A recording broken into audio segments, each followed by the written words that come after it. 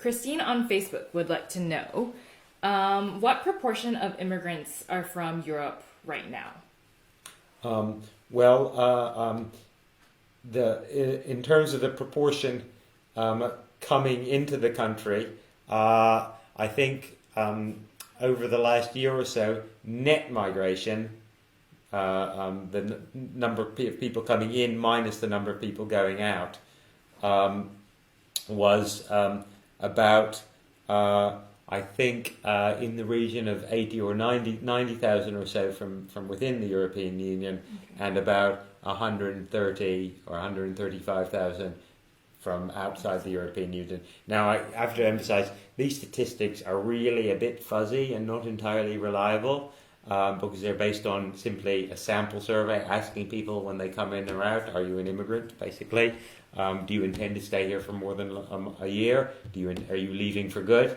Where are you from? And, there are all sorts of issues attached to that survey. But that's sort of our best guess at the moment. Okay.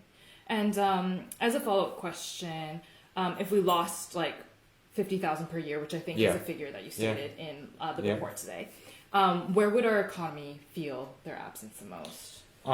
Well, I think there are some areas where it's most obvious, for example, agriculture, construction, where you have very high concentration of immigrant workers, but then, of course, in the NHS. So in the NHS, actually, the overall proportion of NHS staff who come from Europe is not that high, but because of the way policy has changed over the last few years, the proportion of new people coming in is much higher. So the proportion of nurses who come from the EU is only about 6%. Proportion of new recruits into nursing from the EU in recent years has been about 25%. So we're really reliant on Europeans for a lot of people coming into the profession to replace those people who naturally are leaving, retiring, or whatever. So that already is showing, we're already seeing signs of real strain in the NHS around that. My own sector, the university sector, is very dependent, again, particularly for new people coming in at more junior academic levels. We're very dependent on people from other European countries, so we will certainly feel the pinch.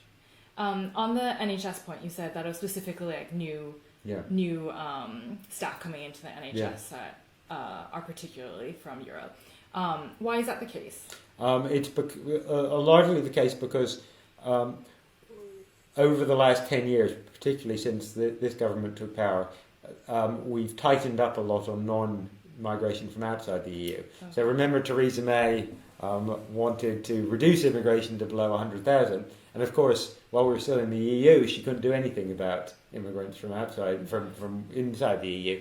So she concentrated all her efforts on trying to reduce immigration from outside the EU. Right. But the result of that, of course, was not so much that British people took the jobs that the immigrants from outside the EU had been previously taking, like, for example, care work. It was instead that we got immigrants from within the EU instead of people from outside the EU. It didn't necessarily reduce immigration that much, but it did shift from EU immigration from non-EU immigration to EU immigration. Right, so there's a connection between the policy around non-EU immigration and EU immigration. Yeah.